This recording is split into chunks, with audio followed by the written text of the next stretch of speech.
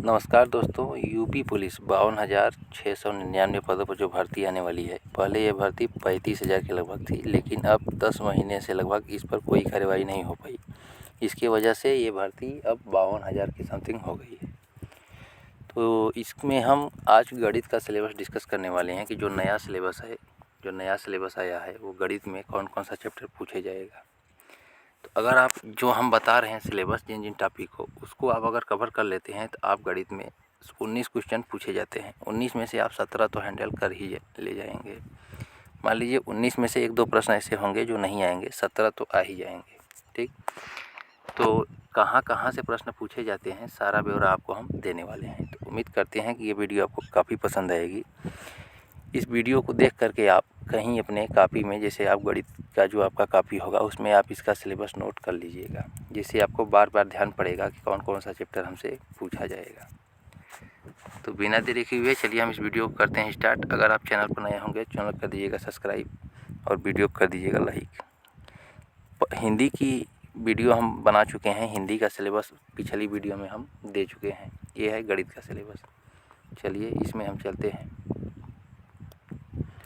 सबसे पहले आपको हम बता देना चाहते हैं कि अगर आपको उत्तर प्रदेश पुलिस में सिलेक्शन लेना है तो आपको 20 प्रश्न गणित से पूछे जाएंगे, 55 प्रश्न रीजनिंग से पूछे जाएंगे, 38 प्रश्न सामान्य हिंदी से, 37 प्रश्न जीके से। यह है इनका ब्यौरा। इस हिसाब से प्रश्न पूछे जाते हैं।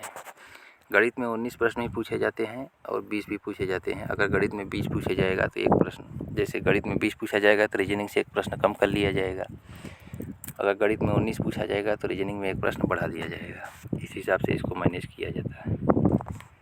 तो सबसे पहले हम बात करते हैं। तो सबसे पहला जो हमारा चैप्टर है वो है नंबर सिस्टम। सबसे पहला चैप्टर है नंबर सिस्टम। फिर है हमारे पास एलसीएम और एचसीएफ, फिर है समय और कार्य, फिर है साधारण ब्याज, फिर है चक्रवृद्धि ब्याज, फिर है पाई प्रतिशत, प्रतिशत के बाद है पाइप और टंकी। यहाँ कितने चैप्टर हो गए? 1 2 3 4 5 6, 2 2 4 2 6 7 चैप्टर यहाँ से हो गए। 7 इसमें हो गए और इसमें आगे और है 7 तो हो गए पीछे वाले। फिर अगला है रेलगाड़ी है, फिर औसत है, फिर नाव अवधारा है, फिर क्षेत्र मिति है, फिर आयु संबंध है, फिर मिसलेनियस है, फिर रेशियो एंड प्रोपोर्शन है। 7 उधर हो गए। 8वां में हो गया रेलगाड़ी, 9वां में हो गया औसत, 10वां में हो गया नाव अवधारा, 11वां में हो गया क्षेत्र मिति, 12वां में हो गया आयु संबंध, 13वां में हो गया मिसलेनियस और 14वां में हो गया रेशियो एंड प्रोपोर्शन। तो ये यहाँ से 14 टॉपिक आपके हो गए। और प्रश्न कितना पूछा जाएगा? 19 प्रश्न में से 14 तो यहाँ हो गए। जो 5 प्रश्न बचा, यहाँ जैसे कि मेंसुरेशन है, क्षेत्र मिति यहाँ पर दिया गया है, ये क्षेत्र मिति, यहाँ से 2 प्रश्न पूछ लिया जाएगा। और जैसे कि मिसलेनियस से आपका 2 प्रश्न पूछ लिया जाएगा। तो इसी हिसाब से प्रश्न को बढ़ा दिया जाता है। जैसे प्रश्न कम पढ़ने लगता है तो एक चैप्टर से 2 प्रश्न या 3 प्रश्न ले लिया जाता है। ऐसे ऐसे करके मैनेज कर लिया जाता है। तो मिसलेनियस से ज़्यादा पूछा जाता है। देखिए, मिसलेनियस से लगभग 2 प्रश्न पूछा जाएगा, रेशियो एंड प्रोपोर्शन से 1 ही पूछा जाएगा, आयु से 1 ही पूछा जाएगा, क्षेत्र मिति से लगभग 2 पूछ लिया जाएगा, नाव अवधारा से 1 पूछा जाएगा, औसत से 1, रेलगाड़ी से 1। तो इधर कितने प्रश्न हो गए? 3 1 4 1 5 2 7 2 9 प्रश्न इधर यहाँ से हो गए। अब प्रश्न बचा आपका 12, 9 इधर हो गए, प्रश्न बचा 12। संख्या पद्धति से लगभग 2 प्रश्न पूछे जाएंगे। ठीक, और एलसीएम से 1 ही रहेगा, समय और कार्य से लगभग 2 पूछ लिया जाएगा, साधारण ब्याज से 1, चक्रवृद्धि ब्याज से 1, प्रतिशत से 1, पाइप और टंकी से 1। तो इधर हो गया 4 2 6 1 7 2 9, इधर से हो गया 9 9 18 प्रश्न। एक प्रश्न आगे पीछे कर लिया जाता है।